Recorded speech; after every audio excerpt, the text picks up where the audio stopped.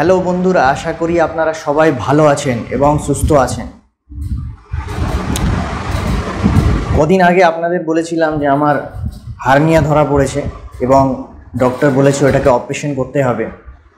তো বন্ধুরা, আমি অপারেশন করিয়েছি এবং আজকে ভিডিওতে আপনাদের সঙ্গে আমার অপারেশনের অভিজ্ঞতাটা শেয়ার করব। যদি আপনাদের মধ্যে কেউ হার্নিয়া রোগে আক্রান্ত আছেন তারা এই বিষয়টা অবশ্যই দেখবেন এবং পারলে ভিডিওটা শেয়ার করবেন, তাহলে আমাদের অন্য ভাই বোনেরাও অনেক সাহায্য পাবে। তো প্রথমত আপনাদের বলি, আমি এই অপারেশনটা একটা গভর্নমেন্ট হসপিটালে করেছি। সাগর দত্ত হসপিটাল একটা গভর্নমেন্ট হসপিটাল, যেটা কামারহাটি নামের একটা জায়গায় রয়েছে, ওখানে আমি করেছি। এবং আমার দু সাইডেই হার্নিয়া ছিল, ডান দিক এবং বাঁ দিক। তো অভিজ্ঞতাটা আপনাদের কি বলবো বন্ধুরা, অপারেশনের সময় আপনি কিছু বুঝতেই পারবেন না, কারণ তারা অবশ করে দেয়। তো আমার অপারেশন হয়েছিল 2 তারিখে, এই মাসের 2 তারিখে, প্রায় দুপুর 12টা নাগাদ।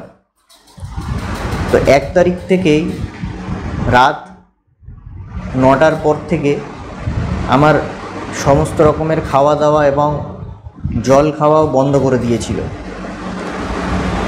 তারপরে অপারেশন হয়ে যাবার পরেও প্রায় 24 ঘন্টা আমি কিচ্ছু খাইনি এবং জলও খাইনি। তারপর থেকে আমার জল খাওয়া এবং খাবার খাওয়া আরম্ভ হলো। অপারেশনের সময় বন্ধুরা,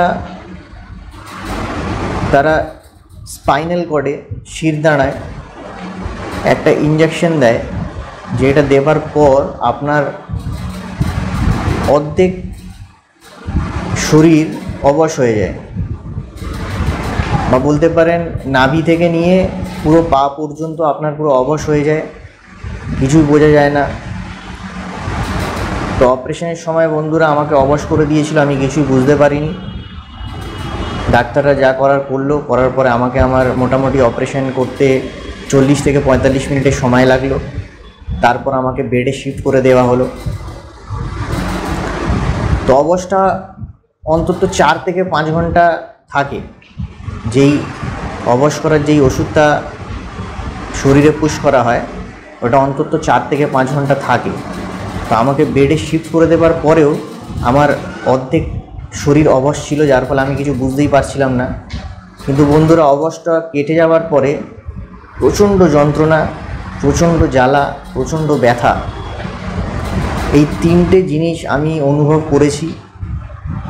এবং যখন কোনো ডক্টরকে বা নার্সকে আমি বলছি যে আমার প্রচণ্ড ব্যথা করছে, জ্বালা করছে, তারা আমাকে বলছে যেহেতু আজকেই অপারেশনটা হয়েছে আজকেই, তো এইগুলো হবেই, ব্যথা হবে, জ্বালা হবে এবং আস্তে আস্তে আপনার সব কমে যাবে।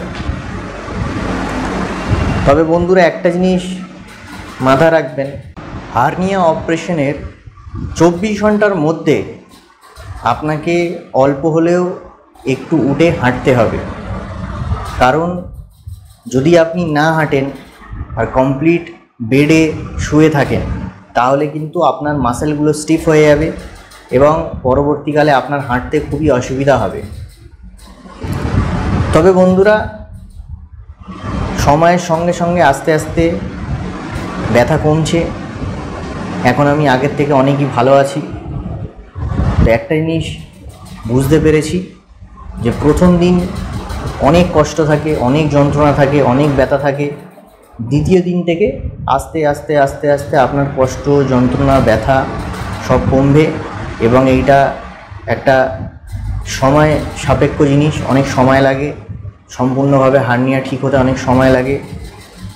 ডক্টররা বলে অ্যাটলিস্ট 1 বছর সময় লাগে পুরো রিকভার হতে।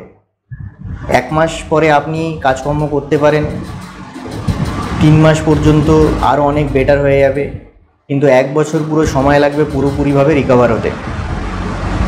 তো বন্ধুরা, আমার তো ওপেন সার্জারি হয়েছিল এবং যদি আপনি ল্যাপ্রোস্কোপিক করেন, যেটা ফুটো করে ক্যামেরার মাধ্যমে করা হয়, ল্যাপ্রোস্কোপিক সার্জারিতে কষ্টটা খুবই কম। আর অনেক রেস্ট্রিকশনস আছে হার্নিয়া সার্জারির পরে, অনেক রকমের রেস্ট্রিকশনস আছে। যেমন আপনি গাড়ি চালাতে পারবেন না, বাইক চালাতে পারবেন না, বেশি গাড়ি চড়তে পারবেন না, কারণ জার্কিং হলে আপনার অসুবিধা হবে।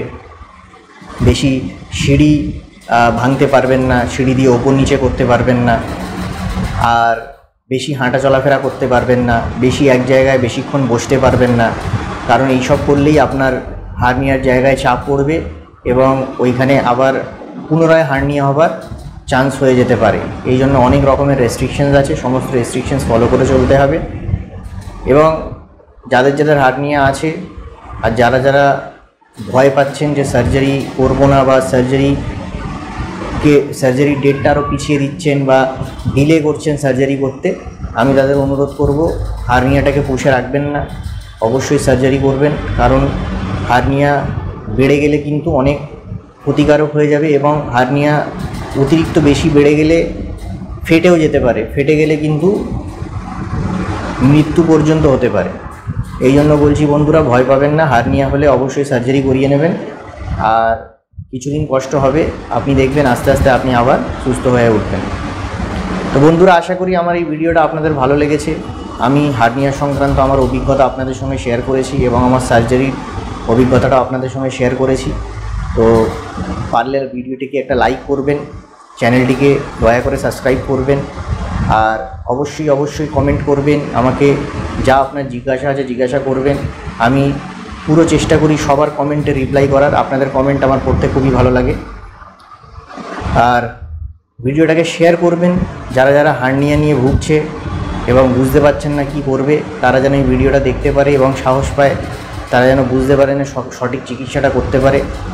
তো আজকের জন্য এতটাই বন্ধুরা, ধন্যবাদ ভিডিওটা দেখার জন্য।